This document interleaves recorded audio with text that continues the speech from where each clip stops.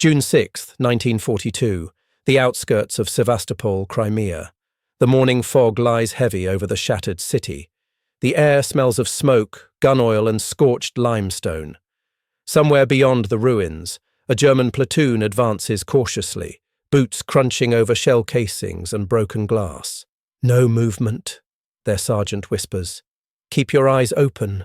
But there is movement, just not where they're looking.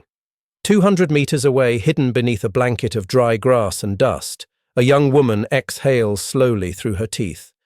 Her finger rests against the trigger of a Mosin Nagant M91/30 rifle, fitted with a simple 4x PU scope. She doesn't blink. Her name is Lyudmila Pavlichenko, and she is 26 years old, the most successful female sniper in history. Through her scope, she can see everything: the stubble on a German soldier's chin, the way his helmet tilts when he scans the horizon, the faint heat shimmer of his breath in the morning cold. He stops to light a cigarette. That's his last mistake. The rifle cracks once. The sound rolls down the hills like distant thunder. The man drops before his comrades even realize he's been hit. Another bends down to help him, and another shot echoes. Then silence. The Germans scatter for cover, shouting to one another in panic. They don't know it yet, but they're being hunted by someone who never misses. For weeks, the front lines around Sevastopol have been haunted by an unseen killer.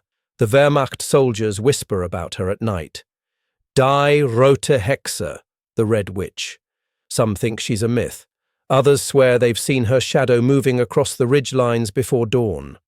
Back in her sniper's nest, Lyudmila adjusts her scope and writes a note in her small field notebook. Kill number 187. She doesn't smile. She doesn't celebrate. She only reloads, scans the distance again, and waits for the next silhouette to appear. Because for every joke the Germans once made about girls with guns, there's a body cooling in the dirt to remind them otherwise. When Germany invaded the Soviet Union in June 1941, the Red Army was desperate. Millions of men were being cut down in the opening months of Operation Barbarossa. Factories were burning, cities collapsing, and the front lines were stretching thin. So the Soviet Union did something no other army dared. It called its women to fight. They came by the thousands: factory workers, students, farmers, teachers. Many had never held a rifle before. Yet they volunteered, not for glory, but because there was no one else left. The war had come to their villages, their families, their doorsteps. "If the men can fight," one recruit said, "then why can't we?" By 1942, more than 2,000 women were trained as snipers, a weapon as psychological as it was physical. Their training was brutal. Recruits spent endless days crawling through mud, learning to hold their breath for minutes, to disappear into landscapes like ghosts. The slightest movement, the smallest glint from a rifle scope, meant death. In one remote training camp near Moscow, a quiet instructor would walk down the firing line, watching the young women through the haze of gunpowder. "A sniper," he told them, "isn't a soldier. She's an artist. Her canvas is the battlefield." Her brushstroke? One, clean shot Lyudmila Pavlichenko excelled.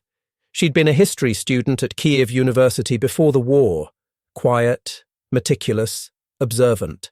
Those same traits made her lethal. Her instructor said she had an instinct for distance, wind, and timing that couldn't be taught. When her male counterparts doubted her, she silenced them the only way she knew how, with accuracy. At first, the German army laughed at the idea of women on the front lines. Soviet propaganda posters showing young female snipers were mocked in the barracks. "Girls with pop guns," they joked. But when the 25th Rifle Division took up position at Odessa and the bodies began to fall, no one was laughing anymore. The Germans learned quickly that these women didn't just shoot. They hunted, patient, disciplined, relentless. They'd crawl for hours through mud and barbed wire to find a single perfect shot. Then they'd wait again, as still as death, until another target made the same mistake. Lyudmila was the best of them all.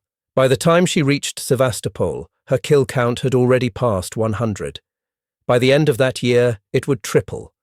She wasn't fighting for medals or headlines, she was fighting for survival, and every bullet carried the memory of someone she'd lost.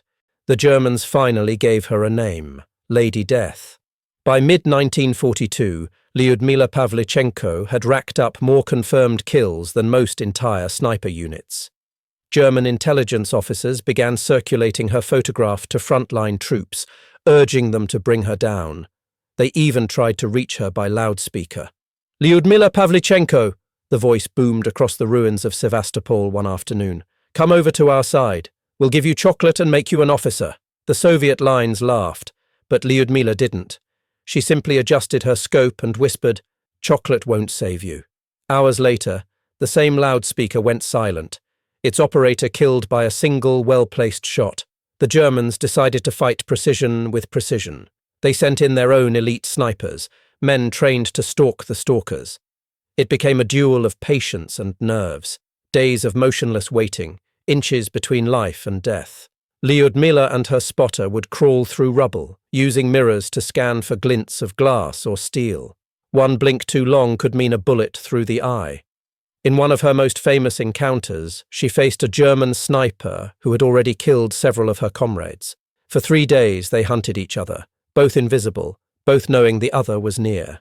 At dawn on the 3rd day, she saw a faint reflection, just a shimmer in the sand. She exhaled, squeezed the trigger once, and watched the scope go still. When she reached his body, she found a German officer's insignia and a sniper's log with over 200 confirmed kills. She added one more to her own list. Her legend grew with every shot. Even Soviet officers who had once doubted her now requested her by name for missions.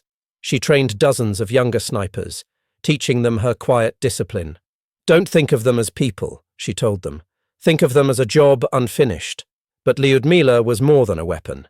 Beneath the steel, she was human, haunted by faces she could not forget.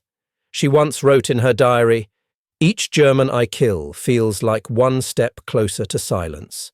But silence never comes. By the time Sevastopol fell, she had 309 confirmed kills, countless more unrecorded. Wounded by mortar fire, she was evacuated from the front. The Germans, relieved she was gone, claimed they had finally driven out the Red Witch. They were wrong. She hadn't vanished. She was just about to speak louder than any bullet ever could. When Lyudmila Pavlichenko was pulled from the front lines in 1942, she was exhausted, wounded, and hollow-eyed, but alive. Stalin's command had different plans for her now. The Red Army needed heroes, symbols, and faces to rally a war-torn nation. Lyudmila was all three. She was sent to America and Canada on a diplomatic tour, an unlikely journey for a woman who had spent months crawling through mud and death. Reporters were stunned when she arrived. A small woman in a crisp military uniform, her chest heavy with medals. They expected a hardened killer. Instead, she spoke calmly, with precision and quiet dignity. But she didn't soften her message. At a rally in Chicago, she faced a crowd of thousands and said words that would echo through history. "Gentlemen, I am 25 years old and I have killed 309 fascist invaders. Don't you think, gentlemen, that you have been hiding behind my back for too long?" The audience fell silent, then erupted. American women stood on chairs, cheering. The press couldn't believe it. Here was a woman who had survived hell itself, who had looked death in the eye more than 300 times, and spoke of it as calmly as others discussed the weather. Eleanor Roosevelt took her under her wing, traveling with her across the United States. The First Lady would later describe Lyudmila as a woman of steel nerves and gentle manners. They laughed together, visited schools, and talked late into the night about equality, courage, and war. Two women from opposite worlds, united by conviction. Back in the Soviet Union, Lyudmila's image spread across posters and newspapers. She became a national icon, a living contradiction, both killer and hero, scholar and soldier. Yet fame didn't sit easily on her shoulders. She longed for the front, for her comrades still fighting in the ruins of Eastern Europe. But her wounds had ended her combat days. After the war, she returned to her studies, earning a degree in history, the subject she'd once hoped to teach before the war. She never boasted about her record. When asked how she managed 309 confirmed kills, she would only say, "Patience and the will to live." Many years later, she stood at a veterans' ceremony in Sevastopol, watching the sea she had once fought to defend. The waves whispered against the shore, carrying ghosts of her past. Someone beside her asked if she ever regretted it all. She didn't answer right away. Then she said softly, "Regret? Number. The only regret is that I couldn't save more of ours." For the men who once laughed at the idea of women snipers, her legacy was their silence.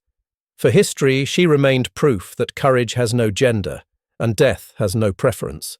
The Red Witch never vanished into legend. She became it.